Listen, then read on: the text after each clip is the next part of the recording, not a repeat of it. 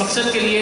اور میں دیکھا تھا ماشاءاللہ کہ جس طرح سے لوگ آ رہے ہیں اور قبلہ خادم حسین رضوی صاحب کے ہاتھ چھو رہے ہیں, ان سے محبت کا اظہار کر رہے ہیں, تو میں سوچ رہا تھا کہ جو عزت یہاں تمام تر لوگوں کو میسر ہے, جو ہاتھ چھومے جا رہے ہیں, جو پیار کیا جا رہا ہے, جو عقیدت نشاور کی جا رہی ہے, وہ صرف اس وجہ سے کہ یہ لوگ آقا کی عزت کی بات کرتے ہیں, تو ان کی اپنی عزت کا کیا عالم ہوگا. تو اللہ تعالیٰ کی زندہ. تو بالکل وہ بڑی اچھی شامل نشاندہی کی. ہم نے ہمیشہ بڑے جعلی پیر پکڑے ہیں, آپ سب جانتے ہیں, ہم نے کبھی ہاتھ ہلکا نہیں رکھا. تو ادھر آستانوں میں ہمیشہ یہ ہوتا ہے کہ پیر پیسے لے رہے ہوتے ہیں ہمیشہ. اتنے میں واحد شخصیت دیکھیے یہ اتوں پیسے دے رہے ہیں.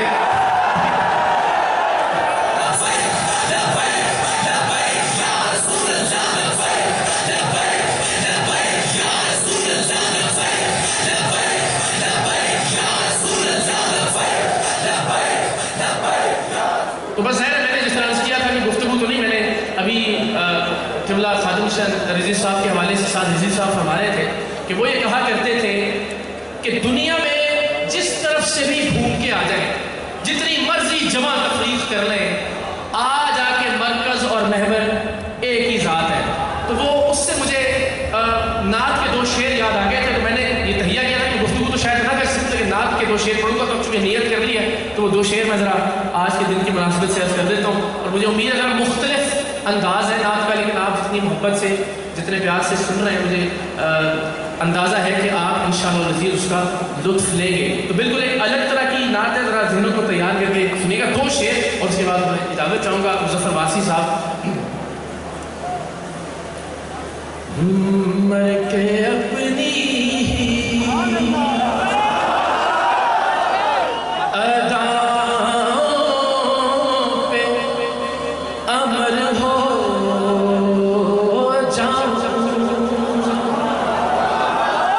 مر کے اپنی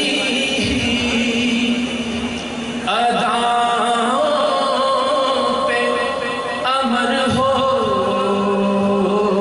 جاؤں, ان کی دہلیز کے قابل میں اگر ہو جاؤں. اور یہی شعر حاصل نعت بھی ہے اور حاصل گفتگو بھی. زندگی نے تو سمندر میں مجھے پھینک دیا, اپنی مٹھی میں وہ لے تو گوہر ہو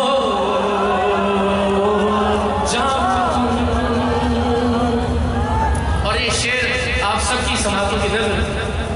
ضرب دوں خود کو